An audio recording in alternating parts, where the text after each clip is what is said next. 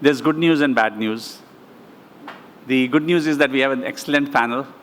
The bad news is we have just 40 minutes because the session is curtailed.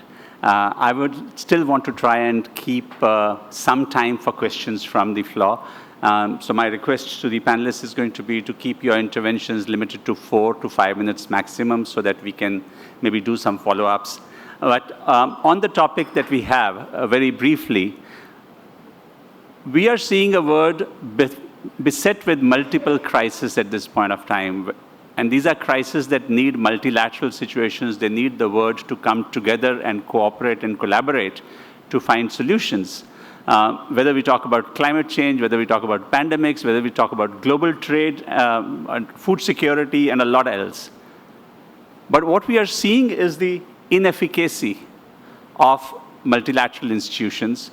They are still wedded to a 1945 architecture. They are still wedded to an architecture that was based upon a unipolar or at best a bipolar world, and we are moving into a world which is much more multipolar with different centers of power. So the discussion in this panel really is multilateralism dying? Are we seeing the rise of these new minilaterals, plurilaterals, groups that are based on shared values, shared interests, shared objectives? Are these durable? India, which has long been a champion of multilateral institutions, has actually moved rapidly to embrace the new minilaterals. We were earlier members of BRICS and SCO. Now we've embraced the Quad, we've embraced the I2U2, and who knows which other alphabet soup comes next down the pike. I'm going to pose 2 questions to the panelists. First, these new plurilateral institutions that we are joining with great gusto, because they are delivering where multilateral hasn't been able to deliver, do you see these as a substitute or a supplement to the existing multilateral frameworks?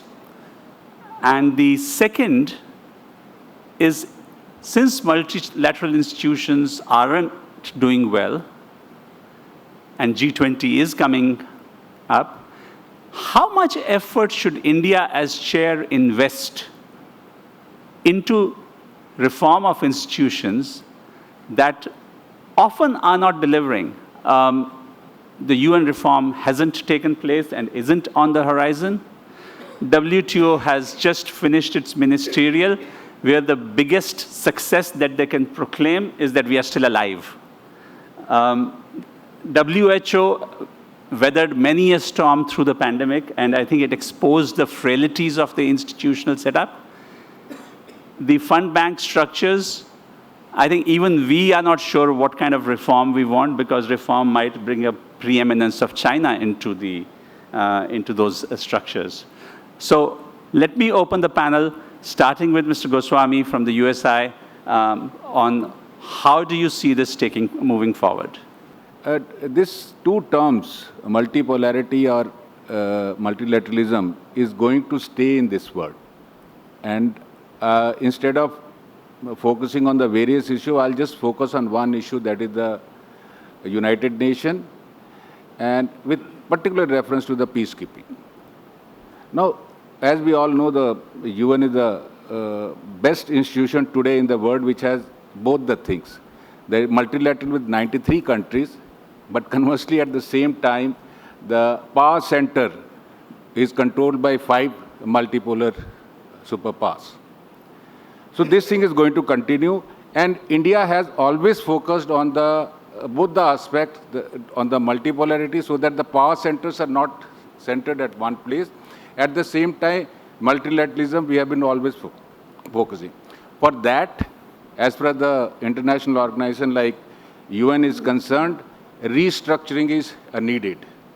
That's what our Prime Minister had given out on the 75th anniversary of the United Nations General Assembly in September 2020. That with the old structures, we cannot face the present challenges. So thus, the forms required, particularly in the UN, is on the all the three themes. That is the reform of the Security Council. Reason it has to be represented well across the board and not with the just five this thing. Because we have realized in the recent Ukraine crisis how UN was totally paralyzed due to the multipolar holds controlling the things, with the multilateral countries were having a slightly different aspects to see into that. So India's stand as far as the United Nations and the peacekeeping is concerned, it is balancing between both with more focus toward the multilateralism. Now, how these two aspects are impacting the peacekeeping operations, or I'll say in the international scenario, peace and security. Now, because the first aspect is, I go in the sequence how the peace operations come into place. Peace agreements. When the peace agreements are taking place, it is invariably the multipolar superpowers or the UN dealing with that. Whereas they don't put the boots on ground. And the implementers are no part of it, so they find challenging tasks on ground when it has to be done. Similarly, forming the mandate. When the mandate is formed today with the multitasking mandate being given out for the various reasons, the way situations are there in the, particularly I refer to the African countries, like you take a case of Congo. Now mandate is formed, but the implementers are not part of it at all. Thus, again, the same problem comes up. And superpowers are very selective in putting their boots on ground until unless their national interests are directly affected. Then only they came forward. Now, multipolarity on the other aspects, large number of multilateral nations are coming together, joining hand and contributing to the troops and the police to the peacekeeping this thing. And this adds to the transparency or the validity of the UN peace operation in the world. But at the same time, diversity aspect of the troop contributing countries come into play with here because they have diverse training, diverse ethos, and they are not able to come on board together when they are implementing the mandate because each has their own national interest and look towards that. So these are the two aspects which I feel should be looked into it, and we should push for the reforms to see that it takes shape in some form or other, because India is leading the global south in that as far as the troop contributing countries are concerned, and we have generally support of large number of the troop contributing countries. So we should push for these reforms. Thank you, sir. So I think General Goswami makes an important point about the major countries not really putting boots on the ground unless their own interests are directly involved, and how to reconcile this particular dimension. Indrani?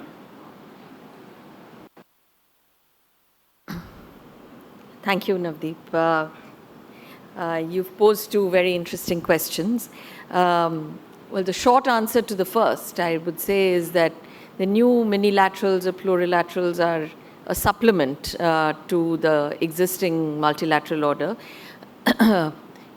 While the current multilateral order, as you rightly said, is a post-1945 construct and actually doesn't work for India in many different ways, and we've had leaders publicly proclaim that fact for many years. I don't see a huge push to change that order. I mean, we can talk about reforming the UN, and the Indian government has been doggedly pursuing the reform of the UN system at least since I started reporting, and that was a long time ago. But even before me, and Raj looks up. But yes, and I don't think it has gone anywhere, and I don't think it's likely to go anywhere either, because the system as it exists works for a few, and the few, even if they are well disposed to India, would be loath to give up the special privileges that they enjoy being at the head table in the current system. The other reason why we are all searching for new arrangements is the multipolarity of the global order enjoins us to look for systems or new arrangements, coalitions, friendships that work for specific issues. And that speaks for the fact that the world is just no longer either bipolar or unipolar. We are looking at different centers of power, centers of influence, and different issues that sort of dominate in certain parts of the world. We have the Indo-Pacific. The Indo-Pacific sort of came back into being in 2017.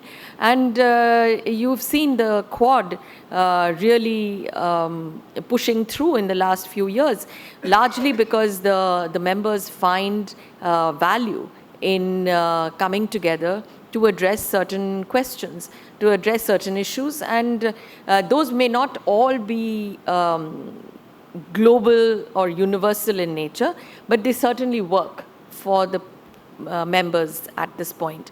Similarly, as you talked about the I2U2 or the Quad Plus, or let's say the new trilateral that we are beginning to put together between India, France, and the UAE.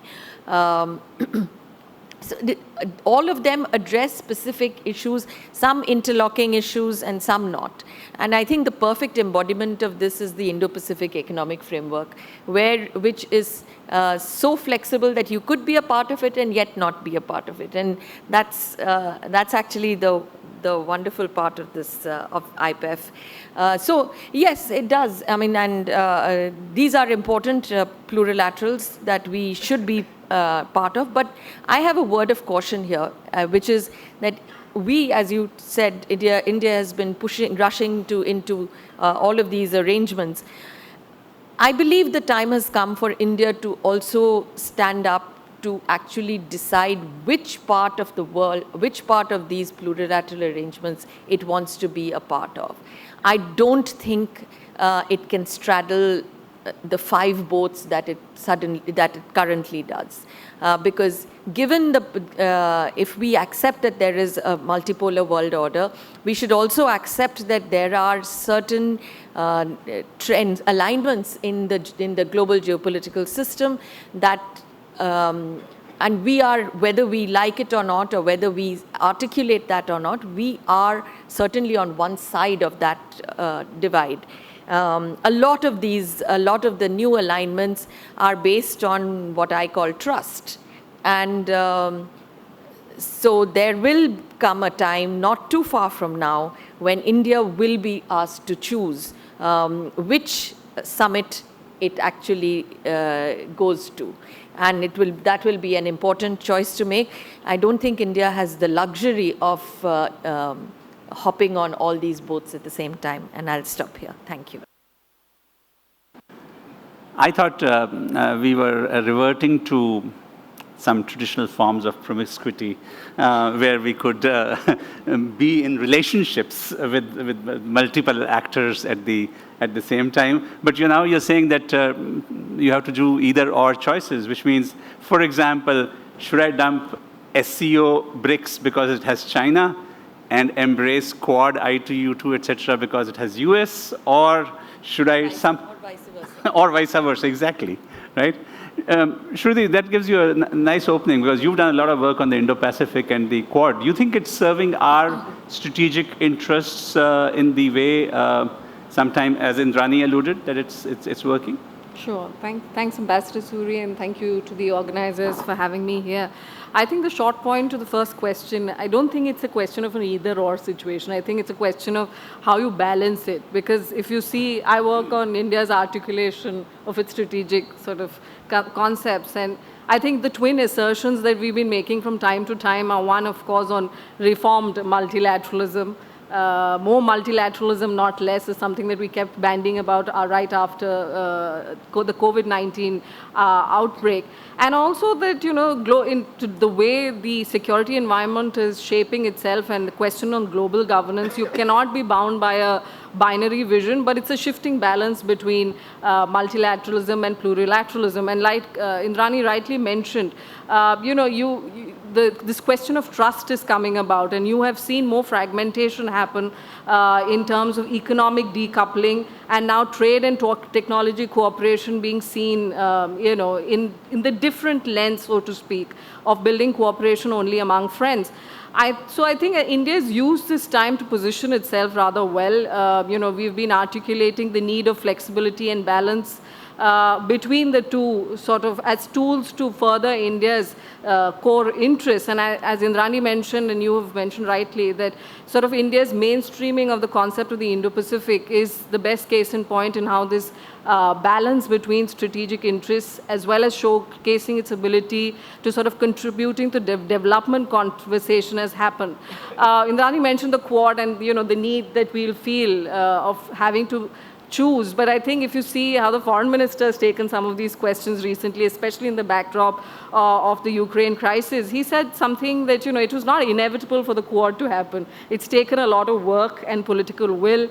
He says it's a cumulative product of many developments, not just, in terms of change capabilities of players, but an emerging vacuum on global issues, and therefore our openness to look beyond orthodox constructs. But he also makes a point that, if it is to continue to grow, we must be cognizant of what we should not do. And that is to try to straitjacket it and subject it to stress tests or impose sort of congruence over congruence over congruence. And that's not helpful at all. So I think that's the vantage point at which we are approaching these. And I think if you see the Indo-Pacific in terms of the emerging networks of issue-based coalitions that are slowly building what we are calling the habits of cooperation in the region. You see that playing out in terms of different sets of players, various permutations and combinations. And you see these building blocks of cooperation actually overlapping. So you see at one level, bilateral, minilateral, and plurilateral platforms are actually converging in terms of expanding global initiatives in a way that they are institutionalized within national boundaries. National agendas, I beg your pardon. So this, in the world of binaries, countries in the global south actually have a viable alternative. I can give many examples, the ISA, the Indo-Pacific Oceans Initiative, or in fact closer home, in South Asia, where, this connectivity debate is such a contested one. If you saw that when India emerged as a reliable cross-border sort of electricity provider in Nepal and of two other South Asian partners, the important side note was that it was important for these countries to sign on this agreement with us before the implementation of the US Millennium Challenge Cooperation Grant. So you see various permutations and combinations coming out. Indrani mentioned the IPEF, the Quad Maritime Domain Awareness Initiative. All are among it gives you the flexibility to choose the roles and responsibilities that you want to bring in to deliver public good. It's become very essential that we are not just talking about reform multilateralism as beneficiaries, but also seen as providing the benefit. I think, I read Ambassador Syed Akbaruddin's column on this balance between multilateralism and plurilateralism, and I think he sums it up very well. He says, in multilateral diplomacy, incrementalism pays dividends. To unseat a permanent member from the ICJ took us 7 decades. To get Masood Azhar designated as a terrorist took us a decade as well. So we need to patiently promote reforms while building partnerships to avail opportunities which may rise for more fundamental change. And then he ends by saying we need to bide our time without hiding our intent. So I'll leave it at that for now. Pradeepji, you've spent a lifetime working on trade issues in particular and economic issues in general. How do you read, particularly the way the WTO ministerial ended and Thank you. And particularly in the context of what we are saying. You have WTO as the multilateral organization, but you've got all of these other ones that are coming up, including the one Indrani mentioned where we are or aren't.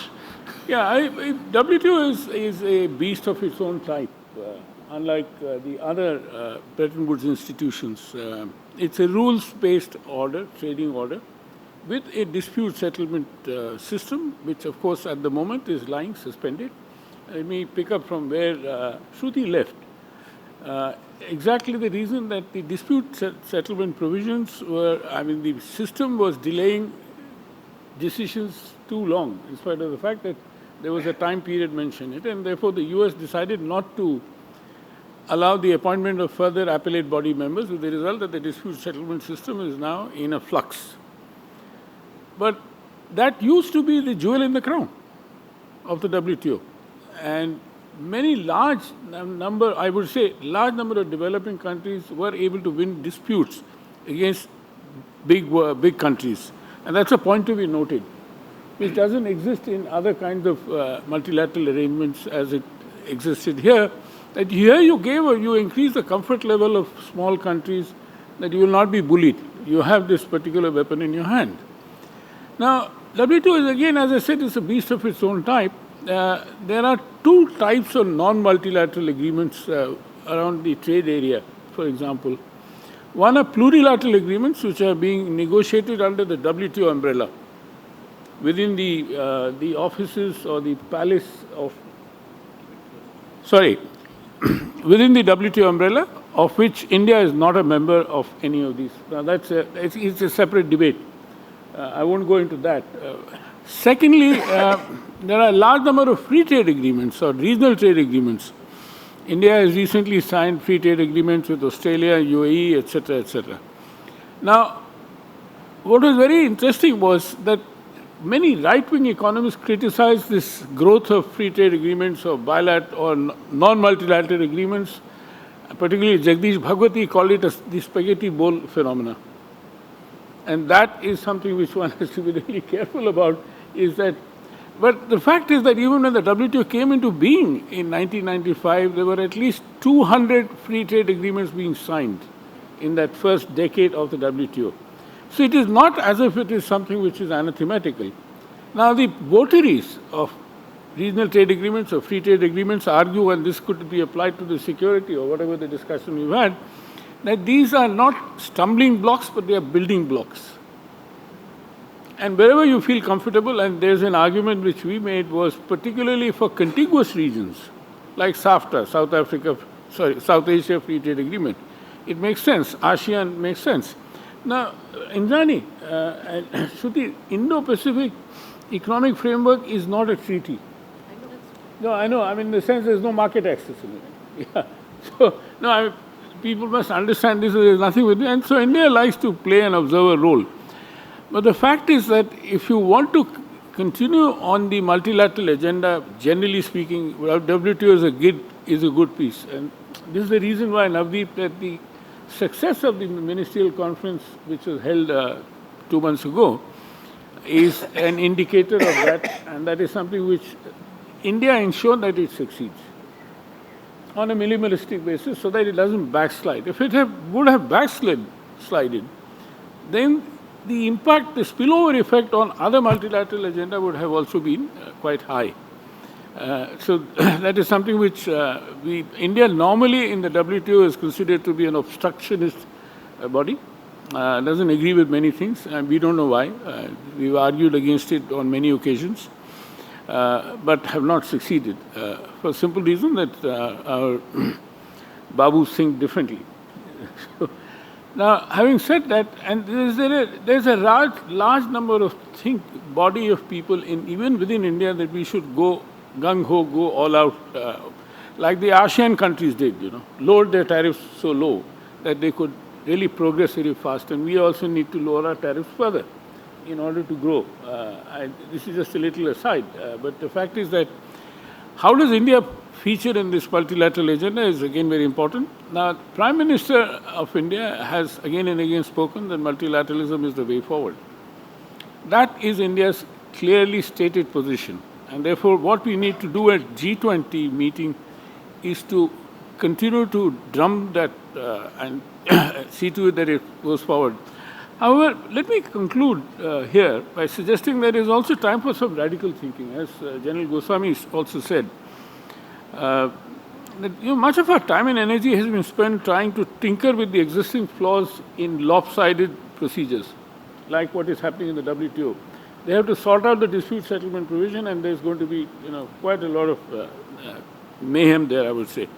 Now, IMF member quotas and similar technicalities, for example. This is something on which we've argued again and again. Not only that, but why is it that the IMF head is a European and the World Bank head is an American? This is something which we have challenged on many occasions, but have not succeeded. So this is again like some kind of Security Council atmosphere there. The world as we knew it has been upended in the past 2 years. Is it not time we conceptualize a new Bretton Woods process altogether? This is what I would like to suggest. Amitabh Kant felt when he made his speech that we should not suggest anything radical, because if it won't move. I'm sorry that I disagreed with him. Even if you remember, G20 process was launched in London when in 2008, after the collapse of the Western banking system. Even there, Gordon Brown, then Chancellor of Exchequer, or what is known as Finance Minister, said very publicly that we need to rethink about the Bretton Woods institutions. So narrative was launched when G20 was born. And I don't know why it has stopped. And what it appears now to me is that it becomes more and more important. So, thank you. So Pradeep makes an interesting point, particularly in the context of WTO. And it came up yesterday in the conversation where Ambassador Mohan Kumar was also present, where he said that India actually sacrificed or paid a price so that the WTO ministerial could show that it has survived and it has... it had to. We had to. Right. Is that a price that we are willing to pay in the context of other reforms, or the form of other institutions as well? Should we really be talking about placing our national interest first, or should we be talking about being the global altruist that is so focused on a reform of multilateral institutions that it thinks that it can move the needle? But anyway, we'll come back to that. 30-second response. In all multilateral agreements or international agreements, there's always give and take. Let's be aware of that. Vasant Saab, you are the China watcher from Chennai. So tell us how you see things. Thank you, sir. Good evening, and always a great pleasure to be back in ORF. I started my think tank career in ORF 17 years ago. So thanks to Dr. Samir and the team for getting me here. It's a wonderful panel to be in because they already answered everything there. But there are two questions which were there, and by and large, the majority are in agreement that it's an affirmative yes to both. Do you need to be part of the multilateral system? I think the answer is yes. Why is that so? Acknowledged economists, including Mr. Amitabh Kant today, clearly said it will take us 3 decades at double-digit growth to be economically independent and be in a position of this. How do you achieve that? Not by isolating yourself. It is by integrating yourself in the global system. So therefore, all these, whether it is WHO, WTO, UNSC, whatever it is there, I think it's inescapable for us to be part of that and also continue to work to reform them. That's a difficult task. That's a challenging task. Because as you have said, that why is that only an American is there, always in that. So these are things that we'll live with, but I'm sure you need to continue to keep knocking at it so that it changes. The other thing which is important is, in terms of, since we also mentioned about China, the Quad and other things which are coming, India has been categoric based on its principle of strategic autonomy and non-alignment. It said we'll continue to align with interests. So these are interests that are driving us to be part of Quad, of IPEF, of, we of course abstain from BRI for very obvious reasons. So the point is that when you are trying to go on a different trajectory, that will make you, enable you, equip you to be in a competitive nation, you have no choice but to be part of these multilateral as well as some of the other trilateral, bilateral organizations which are there. There's no choice. Another important point which is there, which we need to take note of is, it was also mentioned earlier, on so-called rule-based order, free and open Indo-Pacific, all this, who is enforcing it? Not that the rules are not there. If you go to UNCLOS, all the rules are already laid down there. It's not that the rules are not there, but the point is the inability to implement these rules is what is holding us back.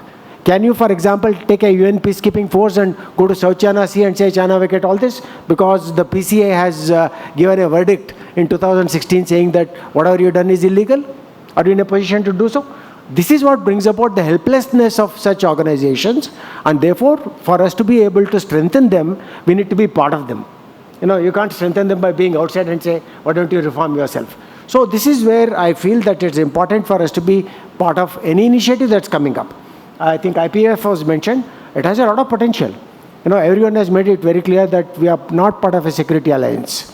That's a fact. So Quad itself, now it's also moved on to IPF, is giving you issues in STEM, science, technology, engineering, and mathematics. These are things that we need if we have to evolve in the next 3 decades. So likewise, vaccine diplomacy, which has put you on a good footing. Or for that, the $50 billion that was promised by Joe Biden for exchange of students, etc. 100 students are likely to exchange amongst the technologically developed countries. So these are positives of being part of such initiatives, and we should not fight shy of being there just because China doesn't want you there. So that's in short. So I thought we also wanted to give some time for discussion. So I'll stop here, sir. Thank you. Right. One round of rapid fire, one-line answers. Can India use its presidency of G20 to try and move the needle on multilateral institutions reform? And should it? Yes. He said it. Our aim is to strengthen the multilateralism. And we are live example with our neighborhood first policy. That is a live example. Multilateralism, as far as the peacekeeping is concerned, I think the reforms, as we already mentioned, that we have been pushing for it, but it is not working out. It is not taking shape. Though a lot of reforms have taken place in the UN, but the Security Council reforms are not moving ahead. Can we and should we? We should. Okay. We should. Thank you.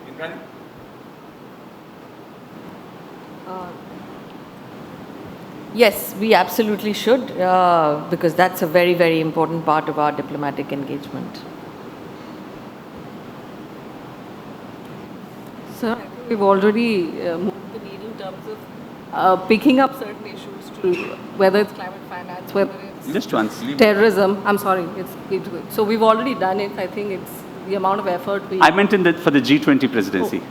We should, sir. Okay. I think I'm quite clear about the fact that at G20 we should make this stand very clear. Secondly, and importantly, let us not ignore China. That would be harakiri if you want any multilateral order.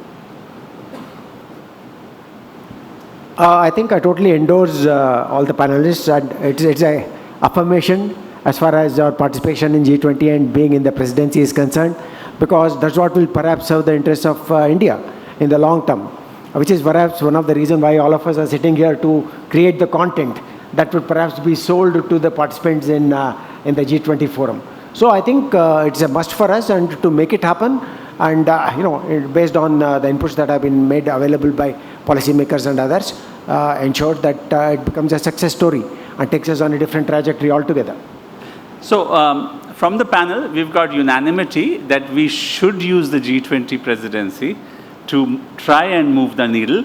It doesn't answer the question whether we really can move the needle, right? I'll leave that open, because if nothing has worked to reform UN system for 75 years or the Bretton Woods institutions, whether we can and how much capital of ours should we use to really try that, as opposed to try and do other things. But we've got 6 minutes.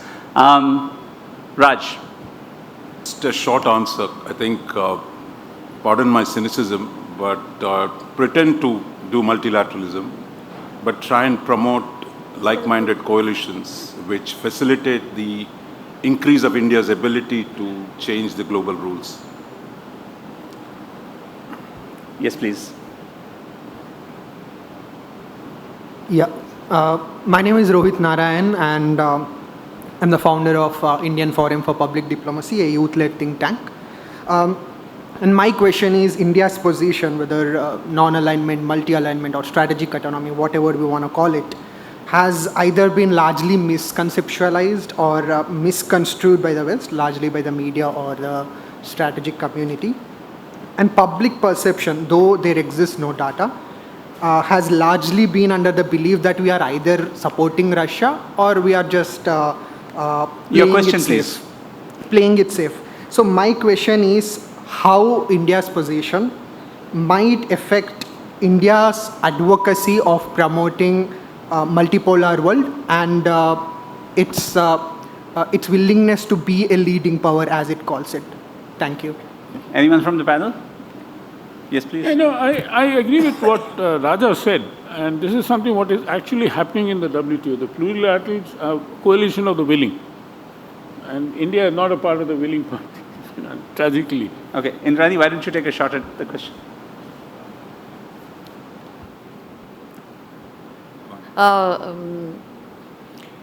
How is India's position likely to be used for multipolarity? Will India's position affect its advocacy of promoting multipolarity? The question is, I don't think India's advocating multipolarity. I think India is recognizing that there is a multipolar order right now that exists.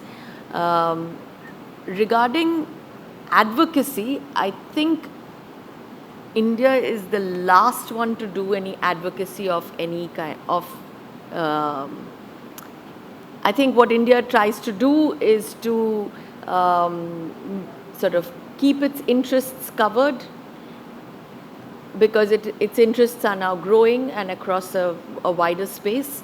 So what India is trying to do is to keep its interests covered and serviced across different arrangements.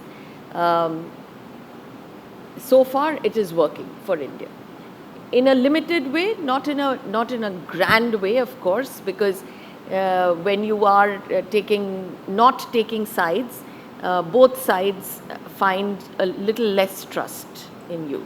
So there is that, but we are where we are, and we have our compulsions, we have our interests. So it's not always interests; it's also compulsions. It's also where we come from, and it's a mix of all of these that determine how we position ourselves in the world right now. Young man over there.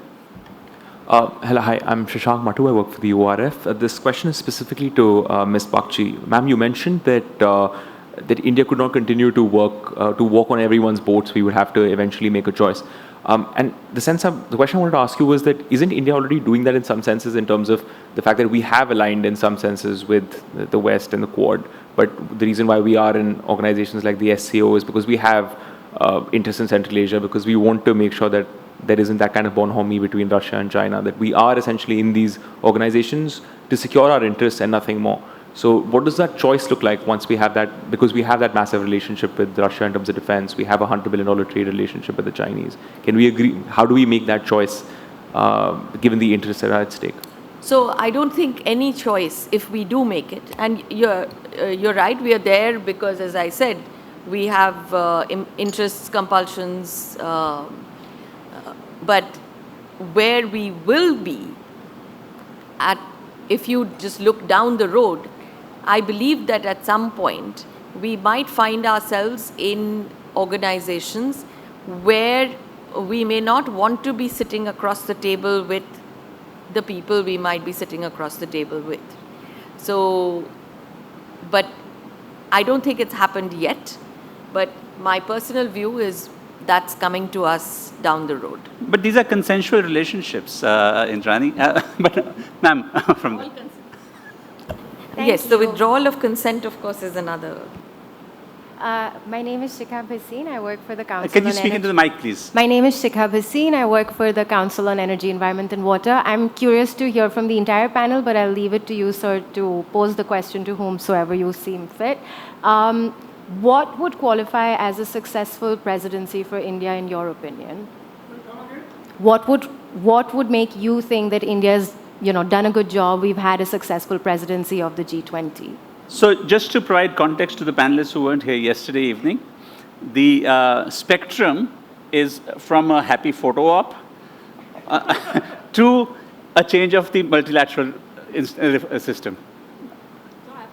So yes, so what constitutes success? Professor Rajamohan already answered that question. Into the mic, please.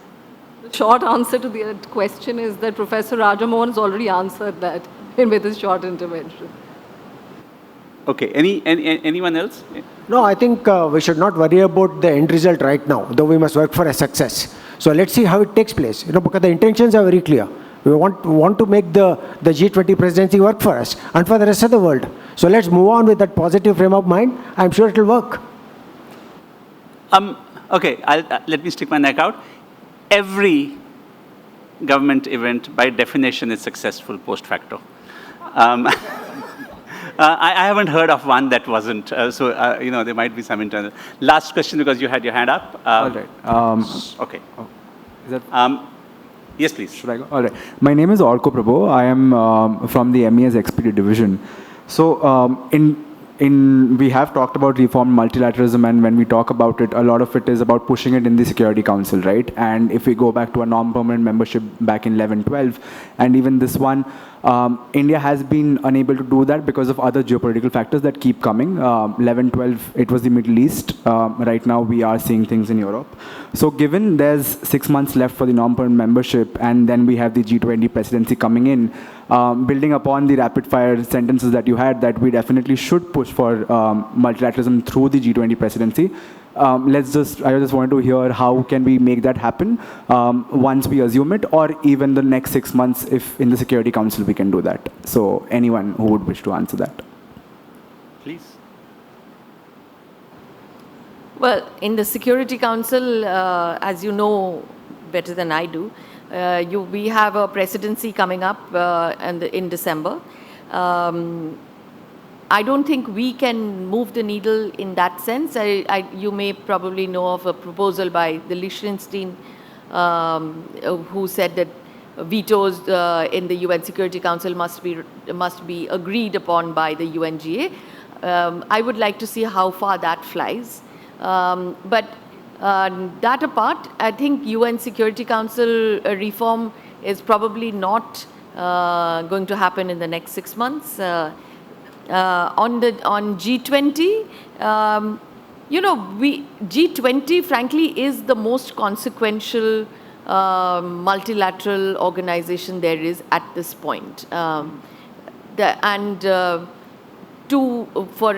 a successful G20 presidency, I think if we have a clear set of goals that we articulate, that these are the things that we want, whether global trade should be more equitable, or whether it's about supply chains, or whether it's about the rules of the road, or whether it's about being able to provide global goods even in adversarial situations. That is something that we haven't yet, at least we haven't yet seen that kind of articulation. My view is, I think if you take one or two of these, I think we'll get a success. Okay, because you've been at the mic. Thank you. I'm Shamik. I'm working at ORF.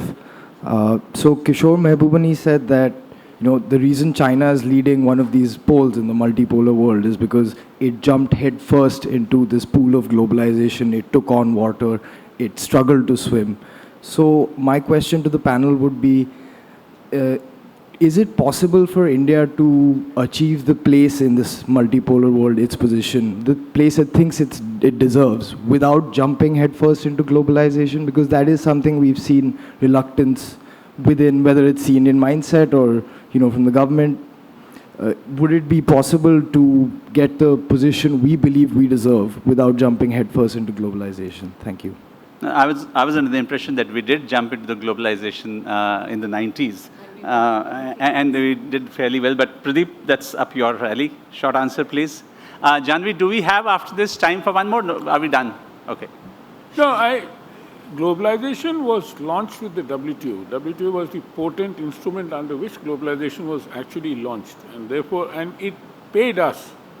We could get at least 250 million people out of poverty in India because of what happened by signing the WTO agreement, in spite of whatever else you may hear from the naysayers or the the doomsayers everywhere. So the fact is that globalization helped, and even two economists who don't agree with each other at all, Amartya Sen and Jagdish Bhagwati, also said very clearly that we need WTO and we need globalization in order to address our poverty, and the results are there. Thank you. Thank you very much. I know there were some hands still which I couldn't honor. A big hand for our panel, please. Thank you.